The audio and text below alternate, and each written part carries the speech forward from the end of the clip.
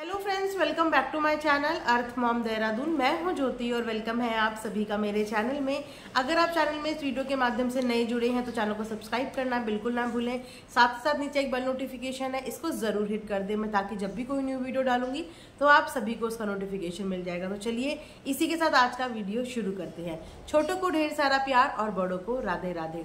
तो चलिए दोस्तों, आज बेसिकली मैं बात करने वाली हूँ रवीना के व्लॉग के ऊपर, क्योंकि मैंने रवीना का व्लॉग अभी देखा और रवीना के व्लॉग के माध्यम से हमें कुछ चीज़ों के बारे में अपडेट मिली, जो अपडेट अभी अनीता जी के व्लॉग के माध्यम से शायद नहीं मिली है। काफ़ी समय से मैंने व्लॉग्स भी फॉलो नहीं किए हैं, तो हो सकता है कि मैंने बहुत सारी चीज़ें मिस करी हों, तो आप कमेंट सेक्शन में वो चीज़ें मुझे बता सकते हैं। सो यहाँ पे जिस तरीके से अपनी फैमिली के बारे में रवीना ने बताया, देख के बहुत ज़्यादा अच्छा लगा। बोलते हैं ना कि हर चीज़ के पीछे कुछ ना कुछ वजह होती है। अगर ऊपर वाला आपकी ज़िंदगी में कुछ परेशानियां देता है तो उस परेशानियों के पीछे बहुत बड़ी कोई ना कोई वजह होती है। तो उसी वजह का आज हम सबको रिजल्ट मिला। बीते दिनों अनीता जी और रवीना के बीच में जितनी भी प्रॉब्लम्स थी, मिसअंडरस्टैंडिंग थी, या ये बोल दीजिए कि डिसअपॉइंटमेंट्स थी, क्योंकि एक माँ के पॉइंट ऑफ व्यू से देखें तो उनकी नाराज़गी भी जायज़ थी, और अगर बच्चों के पॉइंट ऑफ व्यू से देखें तो बच्चों ने कभी कोई कसर नहीं छोड़ी। इनफैक्ट बच्चों ने ये प्रूफ कर दिया कि जितनी भी बीते दिनों ललित के ऊपर इतने सारे एलिगेशन लगाए जाते थे, रवीना के लिए इतना कुछ बोला जाता था कि माता पिता को छोड़ दिया, उनको देख नहीं रहा, लेकिन विपत्ति और परेशानियों में ही अपने और परायों की पहचान होती है। और रिश्ते ऐसे ही होते हैं कि भले ही एक दूसरे से कितनी भी नाराज़गी हो जाए, लेकिन जब एक दूसरे को तकलीफ में देखे ना तो अपने आप को कभी भी रोक नहीं पाते। इसीलिए जिस दिन अनीता जी की रोती हुई आवाज़ उनके बेटे ने सुनी, उसी दिन वो वहाँ से सीधा अपने पेरेंट्स के पास चला गया और अब तक अपने पेरेंट्स के साथ खड़ा हुआ है। तो यहाँ से ललित ने एक बेटे होने का पूरा फर्ज निभाया है, और शायद यही अच्छाई देख के कहीं ना कहीं अनीता जी का भी दिल पिघल गया। और माँ बाप बच्चों से बहुत ज़्यादा दिन तक नाराज़ नहीं रह सकते, सूनर और लेटर उन्हें मानना ही पड़ता है। लेकिन यहाँ पे बहुत अहम भूमिका निभाता है वो इंसान जो ज़िंदगी में एकदम नया जुड़ता है, क्योंकि माता पिता और बच्चे का कनेक्शन तो हमेशा से होता है, लेकिन जो नया शख्स हमारी ज़िंदगी में ऐड होता है वो हमारी फैमिली को कितना अपना मान रहा है या कितना उन्हें पराया मान रहा है, ये बहुत ज़्यादा मैटर करता है, और उसका कंट्रीब्यूशन बहुत ज़्यादा मैटर करता है। वहाँ पे इस पूरी प्रॉब्लम के समय में रवीना ने बहुत मैच्योरिटी से हर चीज़ को बैलेंस करके रखा। बीते दिनों जो चीज़ें हुई, जो चीज़ें नहीं हुई, सब कुछ असाइड करके इस वक्त पे उनकी पूरी फैमिली यूनाइट हो गई। शायद इस समय पे फैमिली बिखर गई थी, सबको यही लगा था कि अब शायद अनीता जी का परिवार कमज़ोर हो गया है, क्योंकि अनीता जी के बच्चे उन्हें छोड़ के चले गए हैं। लेकिन ना तो माँ बाप से बच्चों को कोई दूर कर सकता है, ना ही बच्चों से माँ बाप को कोई दूर कर सकता है। तो यहाँ पे रवीना के चेहरे पे एक अलग ही ग्लो था, एक अलग ही कॉन्फिडेंस था, एक अलग ही स्पार्क उसके चेहरे पे नज़र आ रहा था, जो शायद पहले कहीं ना कहीं मिसिंग था, क्योंकि अनीता जी ने उसको दिल से शायद कहीं ना कहीं अपना लिया है। अपने बच्चों की गलतियों को शायद कहीं ना कहीं वो माफ़ करके आगे बढ़ चुकी हैं। और जिस तरीके से रवीना ने अपनी इन दिनों की जर्नी बताई, क्योंकि अनीता जी के व्लॉग के माध्यम से हमें उनकी लाइफ की अपडेट्स तो मिल रही थी कि वो क्या क्या चीज़ें सफ़र कर रही हैं, डेली लाइफ में उनके क्या हो रहा है, लेकिन रवीना की पुराने व्लॉग्स आ रहे थे तो रवीना की अपडेट बेसिकली प्रॉपर तरीके से नहीं मिल पा रही थी। लेकिन अपने इस वीडियो में उन्होंने अपनी अपडेट बताई कि बीते दिनों उनको कुछ मेडिकल इश्यूज़ भी हुए थे, वो हॉस्पिटलाइज भी हुई, और उस समय पर बहुत सारे लोगों ने कमेंट करके उनको ये भी बोलना शुरू कर दिया था, क्योंकि ऑलमोस्ट ललित को गए हुए महीना भर से ऊपर हो गया था और वहाँ पे अलग और अकेले दिख रही थी, और कई बार बीमार भी दिखी थी रवीना, तो सबने बेचारी बेचारी बोलना शुरू कर दिया था। लेकिन उसने इस बेचारी वर्ड से अपने आप को अलग कर दिया, और एक बहुत ब्रेव तरीके से, जैसे एग्जैक्टली घर की बहुएं होती हैं वैसे लड़कियाँ ना बहुत जल्दी मैच्योर हो जाती हैं।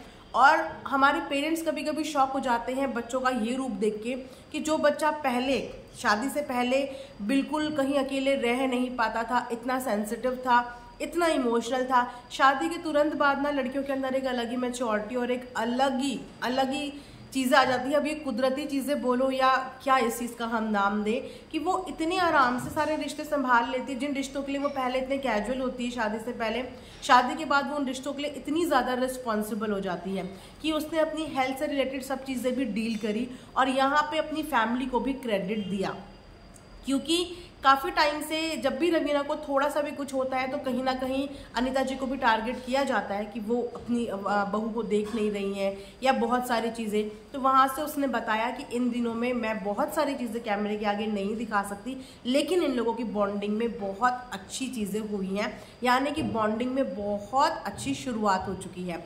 बताया रवीना ने कि ऐसा नहीं था, मैं जितने टाइम तक बीमार थी उतने टाइम तक मुझे दोनों ही फैमिली का भरपूर सपोर्ट था।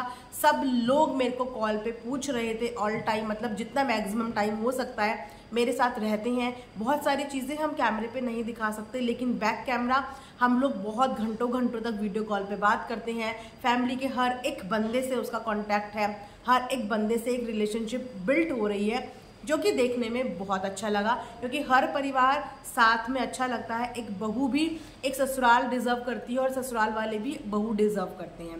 रिश्ते दोनों तरफ से चलते हैं, और जब रिश्तों के बीच में सुधार होता है तो ऐसा लगता है कि जो परेशानियां हमारी ज़िंदगी में आई ना, शायद वो परेशानियां इसीलिए आई कि हम लोगों की आपस में बॉन्डिंग स्ट्रांग होनी थी।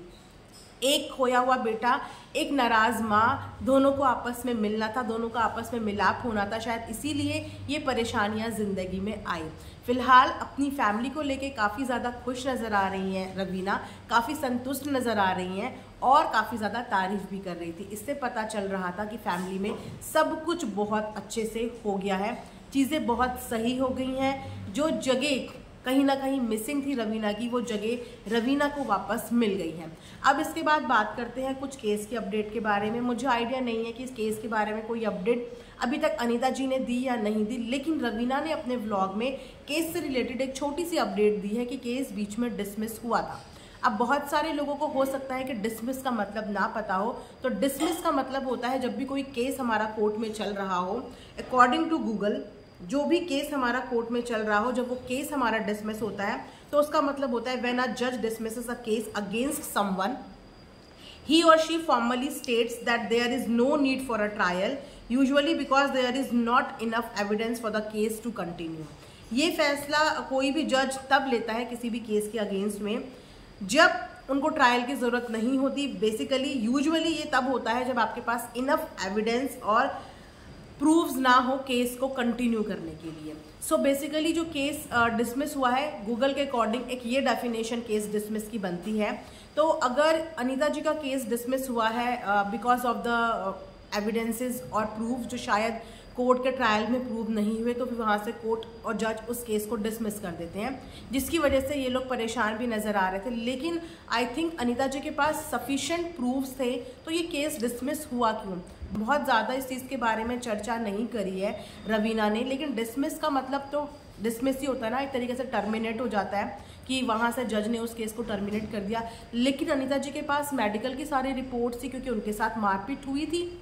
वो निशान, चोट के निशान तो नकली थे, क्योंकि वो निशान पहली वीडियो मैंने उनकी उसी दिन देखी थी जिस दिन उन्होंने फर्स्ट वीडियो डाली थी। आई थिंक दोपहर के टाइम पे मैंने वो वीडियो देखी थी और उसके तुरंत बाद मैंने अपना वीडियो बनाया था। जैसे ही मैंने उनकी रोते भी लगते हालत देखी, उनके कमर पे चोट देखी, उंगली की चोट देखी, उसके बाद वो लोग मेडिकल के लिए भी गए। तो मेडिकल में तो चोट प्रूव हुई होगी ना, तो फिर जब किसी चीज़ का मेडिकल हुआ है, चोट लगी है, तो फिर वो एविडेंस को कोर्ट ने एक्सेप्ट क्यों नहीं किया और केस डिसमिस क्यों हो गया? ऐसी क्या चीज़ें, कहाँ पे क्या कमी रह गई, इस चीज़ के बारे में खुल के तो नहीं बताया है। लेकिन डिसमिस वर्ड थोड़ा सा वियर्ड लगा, क्योंकि मेरे हिसाब से तो उन्होंने कानून की हर वो चीज़ें फॉलो करी थी जो किसी भी एफआईआर में या किसी भी केस में ज़रूरी होती हैं। ऑन द स्पॉट मेडिकल करवाना, 2-3 दिन के अंदर एफआईआर लॉन्च करानी, सब कुछ करा था उनके साथ में। उन्होंने ये भी बोला था कि जो आस पड़ोस के कुछ लोग हैं उन्होंने भी अपनी बात बोली है, और तो और उनके पास रिकॉर्डिंग भी है। तो इनफ ऑफ प्रूफ्स होने के बाद आखिर अनीता जी का केस डिसमिस क्यों हो गया? और अगर अनीता जी का केस डिसमिस हो सकता है इतने सारे प्रूफ्स होने के बावजूद, तो फिर तो बसंती जी का केस भी डिसमिस हो सकता है, क्योंकि according to the video, to the vlog, उन्होंने कोई मेडिकल भी कुछ नहीं कराया। और अगर उनके पास भी प्रूफ्स नहीं है तो सूनर और लेटर फिर तो उनका केस भी डिसमिस हो जाएगा। क्योंकि अगर इनका हो सकता है इतने प्रूफ्स होने के बाद, क्योंकि डिसमिस का रीज़न गूगल के अकॉर्डिंग यही बताया गया है कि जब आपके पास एविडेंस नहीं होते शो करने के लिए, आप अपना लगाया हुआ एलिगेशन या केस प्रूव नहीं कर पाते, तो केस डिसमिस हो जाता है। अब आइडिया नहीं है इस चीज़ के बारे में, क्योंकि अगर इनका हो सकता है तो फिर सूनर और लेटर उनका भी हो जाएगा, क्योंकि प्रूफ्स अगर यहाँ पे होने के मतलब व्लॉग में हमें यही बताया, अब नहीं पता कि जो व्लॉग में बताया वो कोर्ट में शो किया या नहीं किया, लेकिन व्लॉग में यही बताया कि मेडिकल भी था, पड़ोस के लोग कुछ थे भी, वीडियो की रिकॉर्डिंग भी थी और चोट तो लगी थी जो कि डिस्प्ले भी हो रही थी और सब कुछ व्लॉग में था ही। लेकिन उसके बाद भी तो इस चीज़ के बारे में होपफुली कि आगे आने वाले दिनों में अनीता जी खुल के बात करेंगी कि किस रीज़न की वजह से उन लोगों का केस डिसमिस हो गया, जबकि उनके अकॉर्डिंग उनका एक जेन्युइन केस था जिसमें बहुत सारे लोगों ने मारपीट करी थी। सो अगर यहाँ हो सकता है तो वहाँ भी हो सकता है, फिर तो टेंशन वाली कोई बात ही नहीं है कि अगर प्रूफ्स डिनाई हो सकते हैं और वहाँ पे कोई प्रूफ ही नहीं है, वहाँ पे कोई मेडिकल ही नहीं है, तो सूनर और लेटर वो भी ख़त्म हो जाएगा। फिलहाल इतनी ही अपडेट रवीना ने अपनी वीडियो पे दी है, तो व्लॉग से बाहर मैं बात नहीं करती, जितना व्लॉग में बोला जाता है बेसिकली उसी चीज़ के बारे में मैं बात करती हूँ। इससे ज़्यादा बस खुश लग रही थी रवीना एंड होप करते हैं कि बहुत जल्दी इन लोगों को साथ में हम लोग देखेंगे, क्योंकि रवीना ने खुद भी बोल दिया है कि बहुत जल्दी आप लोग हमें साथ में देखोगे। अच्छा, अब अगर थोड़ा सा गौर करें हम रवीना के कमेंट सेक्शन में, तो रवीना के कमेंट सेक्शन में बहुत सारे लोग बहुत ज़्यादा खुश हैं, बहुत ज़्यादा पॉजिटिव कमेंट्स आए हैं और पब्लिक अब इस चीज़ की उम्मीद लगाने लगी है कि बहुत जल्दी ही ललित और रवीना की एक ग्रैंड मैरिज हमें देखने को मिल सकती है, क्योंकि रवीना ने बताया कि बहुत जल्दी रवीना की वेडिंग एनिवर्सरी भी आने वाली है 30 अक्टूबर को। आई थिंक अभी तो एक सही टाइम नहीं होगा ये सब चीज़ें प्लान करने के लिए, क्योंकि कोई भी फंक्शन प्लान करने के लिए टाइम भी चाहिए होता है और एक सही समय भी चाहिए होता है। लेकिन अभी अगर फैमिली इतनी सारी चीज़ों में उलझी हुई है तो आई थिंक अभी तो ये सही टाइम, राइट टाइम उनके पास नहीं होगा, क्योंकि वो और चीज़ों में ऑलरेडी स्टक हैं।